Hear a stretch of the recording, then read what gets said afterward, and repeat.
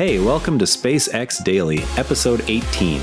It's June 30th, 2026, and I'm Patrick in Vancouver. From the launch pad to the trading floor, here's everything that moved today. Measured dry mass cuts on IFT-12 hardware widen the payload margin that orbital refueling must close before Mars missions become routine. Post-flight mass reconstruction from IFT-12 data gives the Block 3 booster a dry mass of 257 tons, plus or minus 9.4 tons, and the ship 172 tons, plus or minus 5.3 tons. Both figures sit below the Block 2 averages of 281 tons and 161 tons respectively. The reductions trace to thinner tank walls and revised interstage hardware.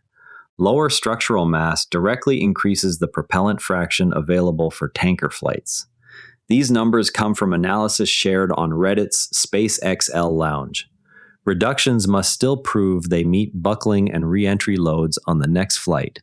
From an engineering standpoint, the IFT-12 dry mass data reveal a 24-ton reduction on the booster and an 11-ton reduction on the ship relative to Block 2 averages. Structural mass directly subtracts from the propellant load that can be lifted to orbit. Every kilogram saved therefore multiplies the number of tanker flights needed to fill a downstream vehicle. The observed savings come from thinner tank walls and a redesigned interstage. If the new wall thickness still satisfies buckling margins under the same axial and bending loads, the design change has collapsed part of the idiot index between raw aluminum lithium sheet and the finished tank barrel. That margin expansion matters for the open refueling question because fewer tankers per mission reduces the total launch rate required before a Mars cargo manifest becomes feasible. Watch the next flight test for confirmation that the lighter structure survives re-entry heating at the same reliability as prior blocks. One thing worth watching is a peer-reviewed analysis that concludes launch vehicle scale eventually collides with ground support limits on propellant delivery, road transport, and pad turnaround. The paper models cost per kilogram as a function of vehicle diameter and finds an optimum below the largest concepts now in development. SpaceX's Starship program is cited as the current test case for whether infrastructure can scale with vehicle size. Observers will watch whether the study prompts revised NASA payload mass assumptions for Artemis. Resolving the finding would require demonstrated high-rate tanker operations and on-site propellant production that have not yet been shown at Starship cadence. Starbase construction crews are already working to close exactly those infrastructure gaps. New Imagery shows continued work on the second launch mount and propellant farm expansions at Starbase. Tower arms have been exercised in additional fit checks. Construction activity remains focused on supporting higher flight rates. Lab Padre's June 29th stream captured new close-ups of the second tower's quick disconnect arms during a fit check sequence. Observers also noted additional bracing added to the propellant farm piping. Road widening work near the production site has resumed after a brief pause. A Falcon 9 lifted off from Cape Canaveral carrying another batch of Starlink satellites in the 6-103 configuration. The booster performed its standard return-to-launch site landing. This flight continues the record cadence established in 2025. The specific mission carried the Starlink 6-103 group, designated Fiorentina versus Genoa. No anomalies were reported during ascent or separation. The launch adds to the cumulative total of Starlink satellites placed in orbit this year. Routine operational flights continue even as the next Starship generation is prepared. Elon Musk stated that direct-to-cell service will reach standard mobile handsets without hardware modifications. The confirmation follows earlier carrier partner announcements. Regulatory filings for the service remain under review. The service targets unmodified consumer phones rather than specialized terminals. Capacity planning now incorporates future direct-to-device traffic volumes. No specific activation timeline was attached to the confirmation. On the AI front, Musk's confirmation of unmodified handset Starlink service directly ties satellite capacity planning to future direct-to-device data paths that could backhaul inference traffic.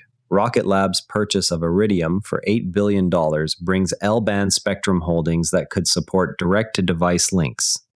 The deal positions the combined entity as a potential narrowband competitor in markets where Starlink direct-to-cell is still ramping.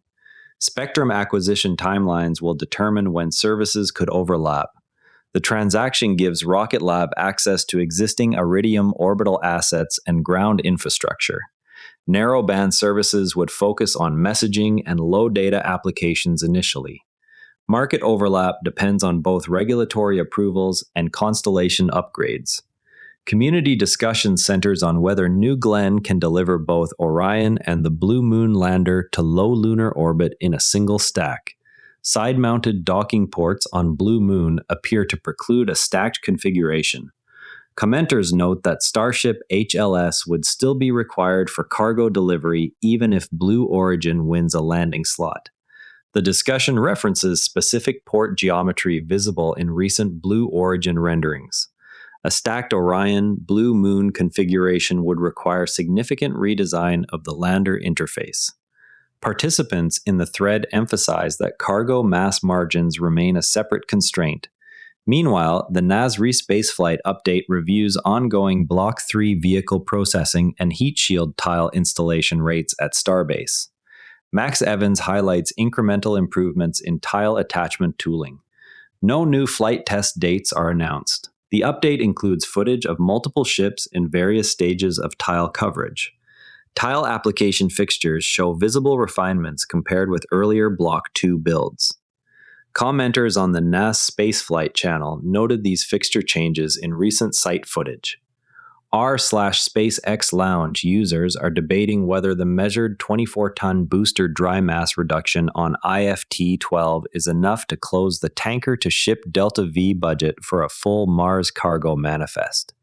A separate thread examines how the Block 3 interstage redesign affects booster catch loads once the tower arms close at higher velocities.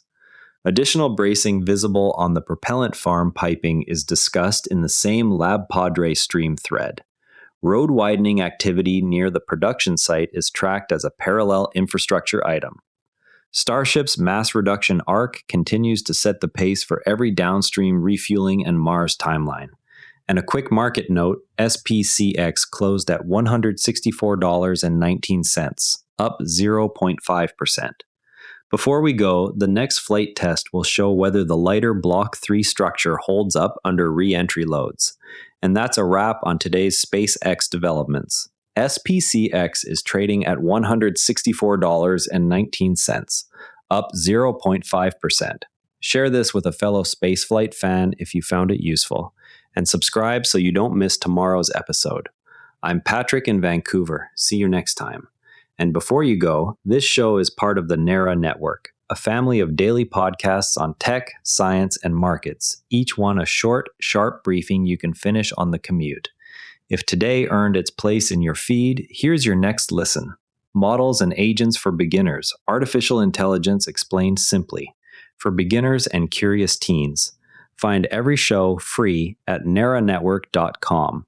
This episode used AI voice synthesis of my voice. Editorial selection and analysis are my own.